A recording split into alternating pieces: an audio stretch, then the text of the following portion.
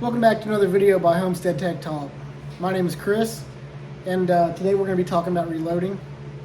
Now, before we get into the nitty-gritty of it, please, if you enjoy any of this content I do, please like, subscribe, and smash that little notification icon, little bell. That would be really helpful. Today we're going to be talking about the equipment you need to reload. I'll do another video. This is going to be a short video, and then we're going to talk about the basics later, and we'll reload a completed round of ammunition on another video. This is just about equipment and what equipment I personally like and what equipment I personally use to reload my ammunition. And without further ado, let's get started. First thing we're going to be talking about is this press. This is not what I recommend you start with. This is a Hornady Lock and Load AP Progressive Press. The Dillons are better. This does have its advantages and disadvantages. But if you want to really crank out ammo, you get a Progressive. I would recommend this as a intermediate option. In my personal opinion, I would spend $400 or $500 more and get the complete Dillon setup because it does have the capability to be automated later on. Now, the advantages of this particular press is this little Hornady Lock and Load die bushing setup. This right here, instead of having to constantly screw these in and out, you drop this in, you turn it till it stops, and that's it. So that is handy. Disadvantages are the priming system doesn't always line up perfectly. And I'll get up in here real quick so we can see.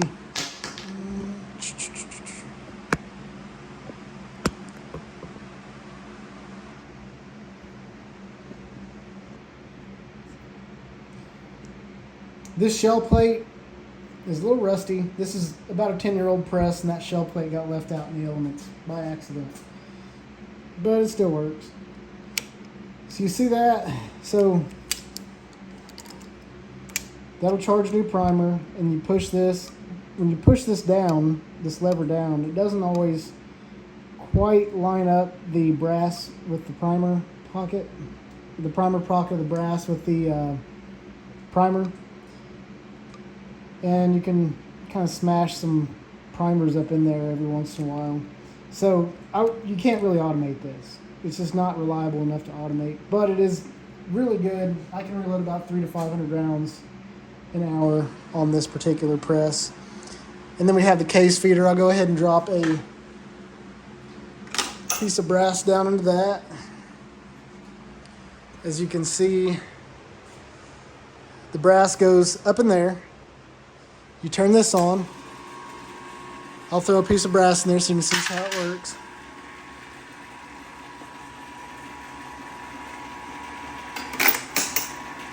The brass falls down into this tube.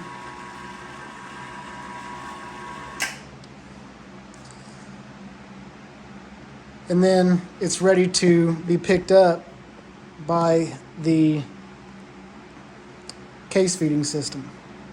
Now, this press alone was around $500. I don't know what today's prices are. I bought this back in 2014-ish. This case feeder was an additional $400, $500, I think.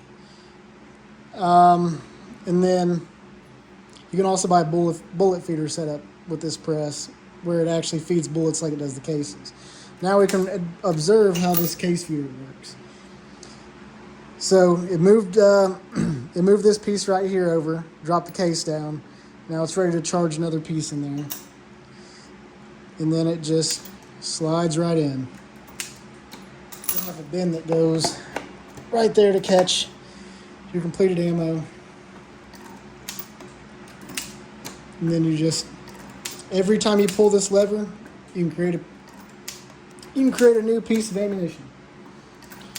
Completed round of ammunition, and then it just drops right out.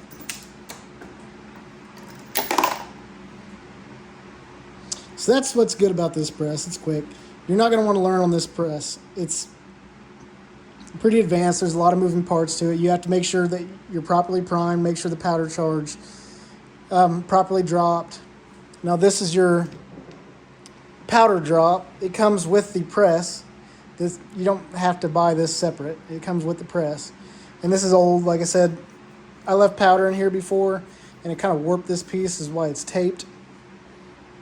It's got two different pieces that go in here with these little quick change bushings, so you can quickly change powders or change your volumes of the powders. That goes back in there. And then every time, I'll go ahead and seat this in here so we can show how it works. We'll go ahead and put a spent piece of brass in. So every time this goes up, it moves the whole piece up and drops powder volumetrically into the case. Now you are going to want to, that's why I have this light here, so I can aim it down, and then I can visually observe if there's powder in the case before I put a bullet on, and then seat the bullet. So that's what I like about this press and don't like about this press. If you got the money, you'd be better buying a Dillon XL750 or XL1050, and then you can put an automation kit on it. But then you're looking at $2 or $3 grand. I'll put links in the description for all the stuff I have. So this is a wonderful press. If you're already into reloading. Now, a good press to learn on is going to be this other press I have, which I'll show you real quick. Now this is a Lyman turret press. It is, as you can see, it's way different, obviously, than the progressive press, because only one piece of brass will fit in it, and then this piece up here moves instead. But it does not move automatically. You have to manually move it. Now, I recommend learning on one of these presses. Like I said, I'll put a link in because of the consistency. You can build consistency. So you put one piece of brass in, you'll size it. You'll take one piece of brass out. You can put it over here in your little tray. This little tray right here. Let me move this powder drop. And this typically comes with your case lube, which you have to use. I'm using Hornady one-shot case lube. You have to use a case lube to resize your brass, or else it'll get stuck, and then you'll basically run into a world of shit trying to get it out. And I'll show you. I'll intentionally stick one sooner or later just to show you how to get it out. Not today because I'm trying to get ammo reloaded. But this is a completed. This piece of brass has already been sized. It's already been trimmed. I've already swaged the primer pocket on it. And it's empty, cleaned, and trimmed brass. Now, this is set up for 6.5 Creedmoor right now, not 223.556, which is what I had. So what you do is you resize them all. Now, I'd have to show you the priming setup on this one. It mounts in here. I don't have it set up right now. It's just set up to basically resize, and I'll prime later. I'll show you how the priming works later on this. This is an old press. This is probably from the 1980s. I got this off of my dad. He learned how to reload on this press. So you finish resizing, repriming. All your brass would be over here in this tray. And then you would take a little funnel. This is a powder trickler and a scale, and you'd fill these with powder. And then once you did that, you would just turn this piece right here. You just manually rotate that by hand. Then you rotate it over here to the bullet seating die. Put your same piece of brass in. Put a bullet on. Seat. Back in the tray. New one. New one. Seat. Back in the tray. New one. And you can run it single stage. That's called single staging. And it's real handy to do that. It's the best way to learn. Is just loading a bunch of ammo up single stage. We'll go over the basics. We'll do a brief video on the basics of reloading. There's plenty of other people out there that do it already. Namely, the person I recommend if you really want to know how to reload, like the basics of it, would be Johnny's Reloading Bench on YouTube. He's great. He'll teach you how to reload, and then I'll show you some more advanced methods later on too. So we'll keep it brief on that stuff. Right now we're just talking about equipment. So you can still buy this press, I believe, or they make a T-Mag that's similar to it but maybe upgraded. I'd have to look at what they have. But I'll put links in the description, like I said, for all these different presses and equipment and stuff. But you're definitely going to have to get a press if you want to reload. Lee even makes a hand press, a single stage hand press, so you don't have to mount it to anything. I just got this, I got it C-clamped onto this bench, that way it's easily removable, and I can do other things up here like cast bullets and whatnot. So this is the Lyman turret press. We've talked about the Hornady Lock and Load AP, and I've talked about the Lyman turret press. Next press we're going to talk about that I have is the Lee Load-All 2. What is this for? Well, this one reloads 12 gauge shotgun shells. Right now I have, I believe it's 700X powder in here, and I have number 4 birdshot, or number 4 shot, I guess. And I use this to reload squirrel loads for squirrel hunting. And it's resize, reprime. You put this here, and you pull it down. You slide it over to charge the powder. You come back up. You put the wad in the shell, push it down, slide it over to charge the shot in the wad. Back over. You begin your crimp, and then you finish your crimp. That's how this press works. And these are fairly cheap. They used to be about 50 or 60 bucks. I will put it in the link too if you want to reload your own shotgun shells. So that's the 3 presses. So you're going to need a press. Now, you're also going to need dies. And what dies are is they're everything you need to make a completed round of ammunition. This one right here, see this little stem? This is a resizing die. This reshapes the neck of the cartridge, the shoulder of the cartridge, the base of the cartridge, all the way down. It's a full-length resizing die. And then this little stem right here pops the primer out of the old cartridge. Here's a good example. Primer's in it.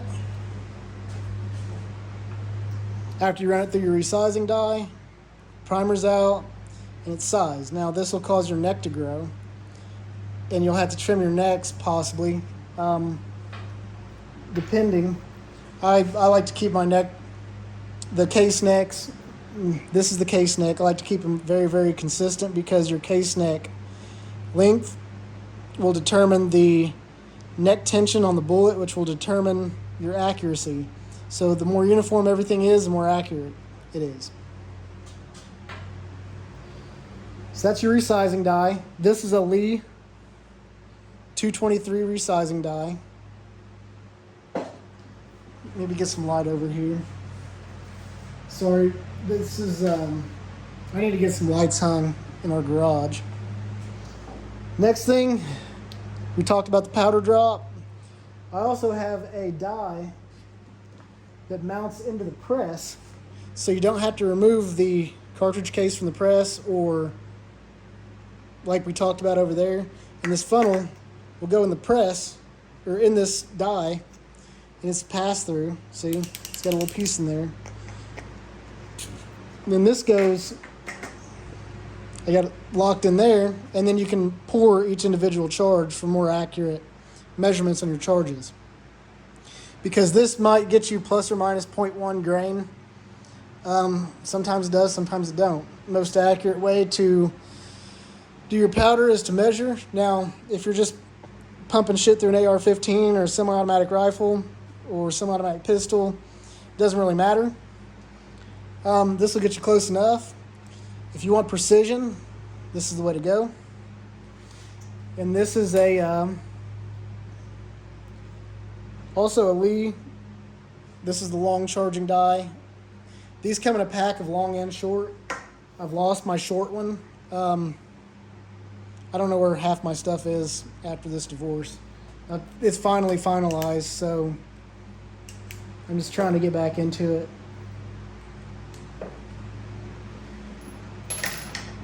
Now, these dies will all come in a set. Next die we got is a bullet seating die. Lee 223 H3 bullet seating die. This has a little piece. I don't want to take this apart because I don't want to deal with that.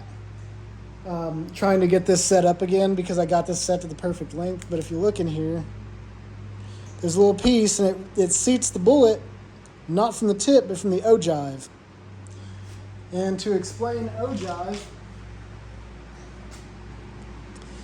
where this bullet starts to curve, this is an SS-109 that's used in the M855.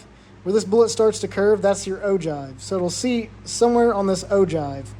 It's for consistency's sake, because the bullets aren't always perfectly the same length. They typically have very close to the same ogive. So it'll come with the seating die, and then the option. Now, if you're reloading for accuracy, you're probably not going to use this, but this is a factory crimp die. And this will put a little crimp on the brass and crimp that brass into this. I don't know if you can see this or not. Let me see. But that little groove on that bullet, that's a crimp groove. So it'll seat into that crimp groove, and that'll keep the bullet from moving around in semi-automatic rifles and pistols. High recoil stuff like 44 Magnum and stuff like that. It'll typically get roll crimped into that seating groove or into that crimping groove. And there are different types of crimps. But this is the factory crimp die, and it's actually manually squeezing the brass case onto the bullet. So you'll need a set of dies. The ones I showed you are Lee. The ones that are over there that are rusted in that press, those are Hornady. I like the Hornady dies for precision. I like the Lee dies for the simplicity and the cost effectiveness of them. So the next thing we got that's really important, this is our case trimmer. Pretty neat. So this has set screws in it. You adjust the length now, and then it can twist. So you get it close and you can twist this other piece, and each little notch right here,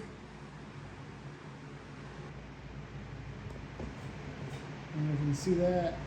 Each one of these little indentions is 1/1000th of an inch. So you can go in 1/1000th of an inch increments.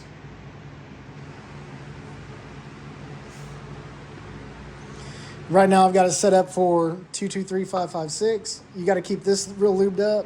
But I've got this set up to put a drill on as well, or an impact. This also comes with a hand crank, so you can do it by hand. If you do it by hand, it doesn't wear it out as fast, but it's a little bit slower. I like doing this. So you just slide your piece of brass in here. I'll just take another random piece of brass. These have all already been trimmed. Slide it into there. Turn this so it locks it down. Hook your driller impact in and run it down until it stops on this. Take it back out, open it up. It'll be trimmed. Now, after it's trimmed, there's still other sections or still other steps you got to do. And that's where this piece comes in. Oh, this is a Lyman, by the way. I'll put a link in. I typically do these by hand. Now, this is you'll have like a burr and it'll be flat and nasty.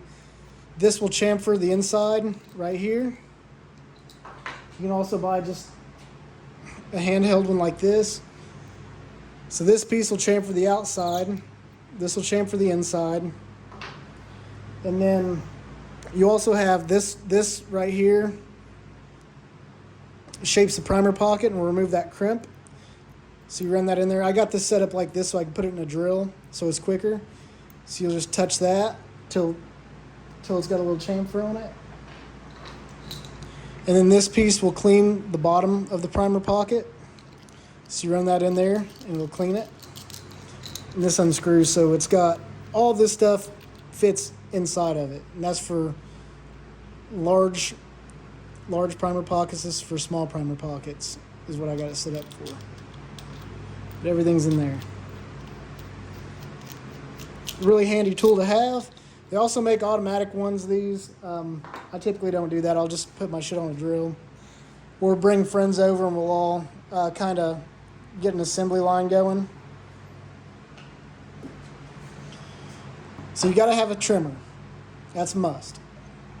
Now, next thing you're going to need is, besides the trimmer and all the stuff to fix the brass up, is you're going to need a set of dial calipers. I just bought these. I haven't used them too much yet. I did test them on various things and that they're extremely accurate, so I will recommend them. But you're going to have to have a set of calipers. This is a digital set. It'll do millimeters or inches, so I can use it for 3D printing as well. And that'll give you accurate measurements on your case neck and whatnot, because you want all your cases to be about the same length. Next thing you're going to need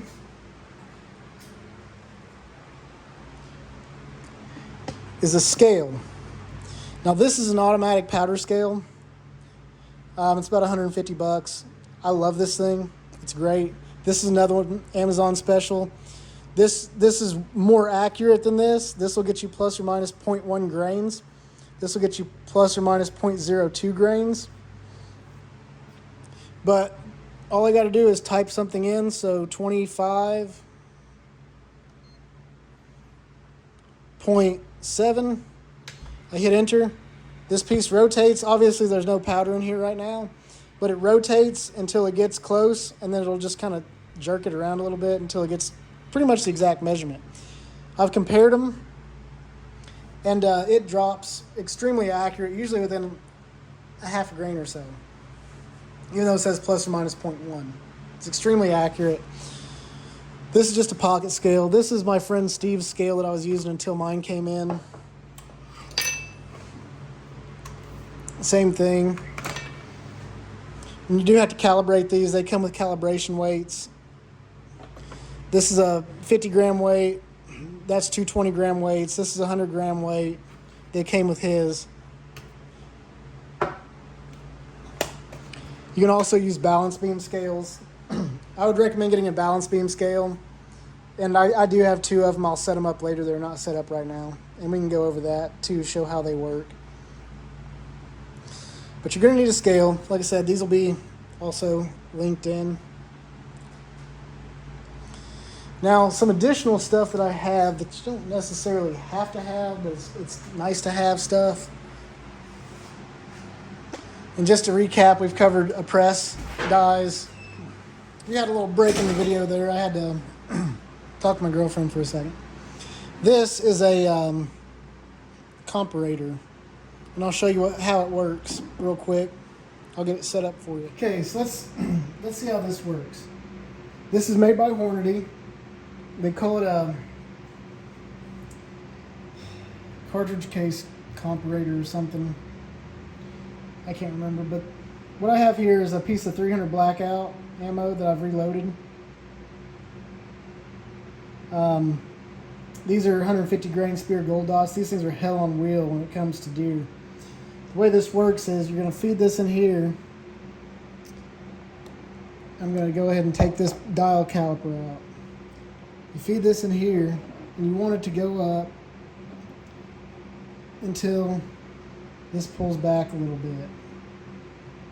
And this will run on the O drive. What this does is it perfectly centers the cartridge case.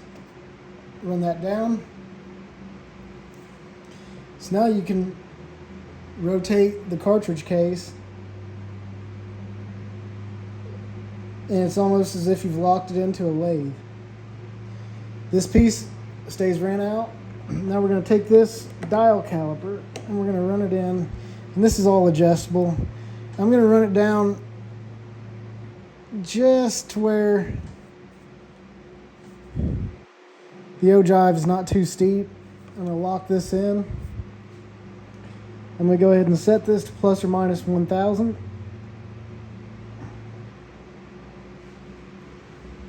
See that all right? Now I'm going to take this and run this to where that small dial is at 0. Now we're pretty close. And then I can take this and I can adjust this and make it over 0. Lock everything down.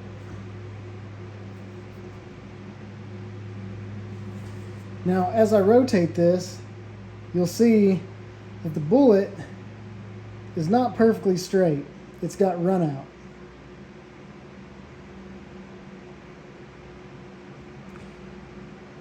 And the run out is negative. So that's when you can take this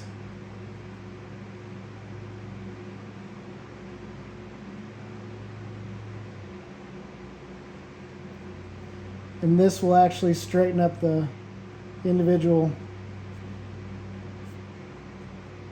rounds of ammo. It'll straighten the bullet up. So we hit that, run it back out. Now you'll see it's about plus or minus. It's about a thou up there.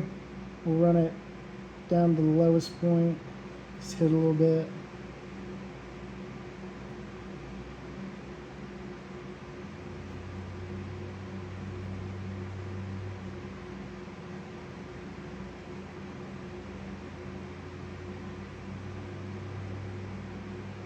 Getting a little better. You only do this like with ammo, like I do with my 6.5 Creedmoor, and that's how I get those super tight groups with it. So now we're about within 3/1000th of an inch. Stop it right there.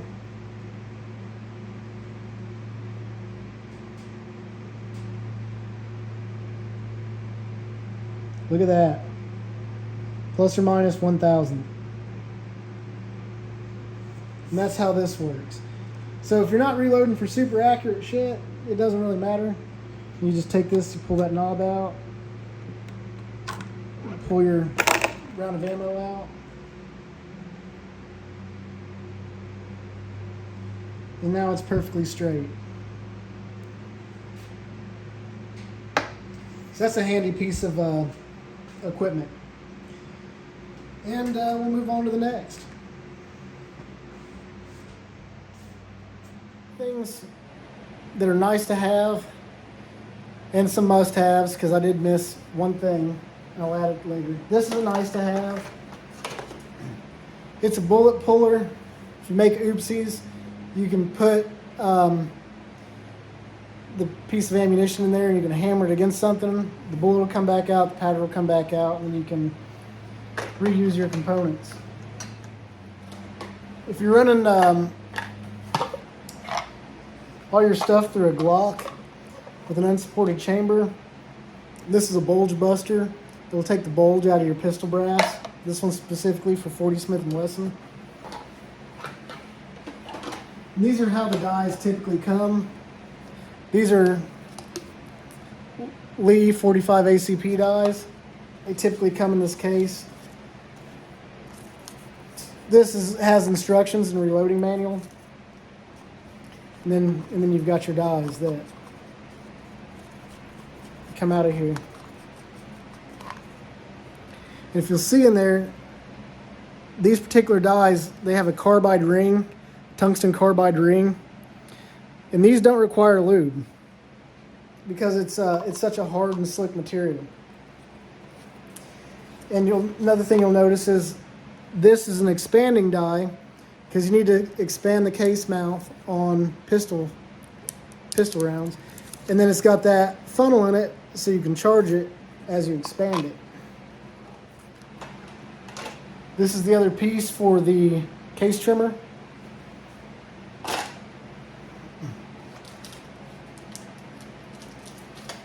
And these are the individual shell plates for the progressive press.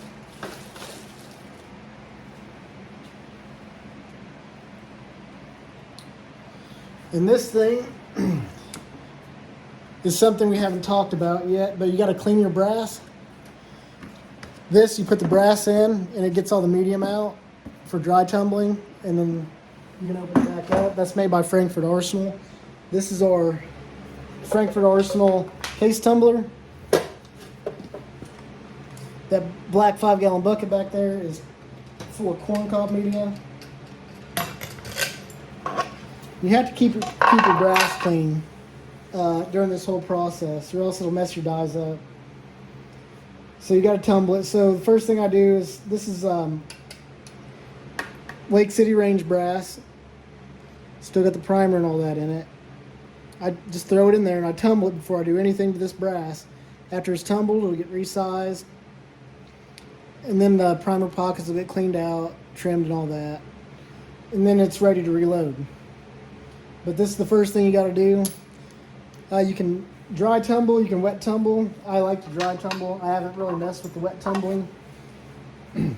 But as you can see, works pretty well. This is pretty clean and shiny. And this is just corncob media. This doesn't even have polish or anything in it. And you can add brass polish to it. That pretty much covers what we need for reloading. Now I'll show you another cool trick I did with this though. There's one thing you'll notice about this is it's loud as hell.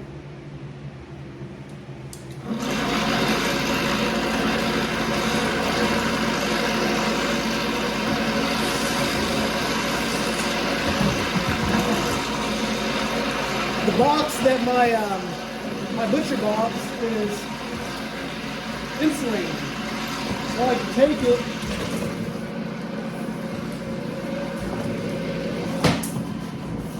and sit it over top of that, and it reduces the noise quite a bit.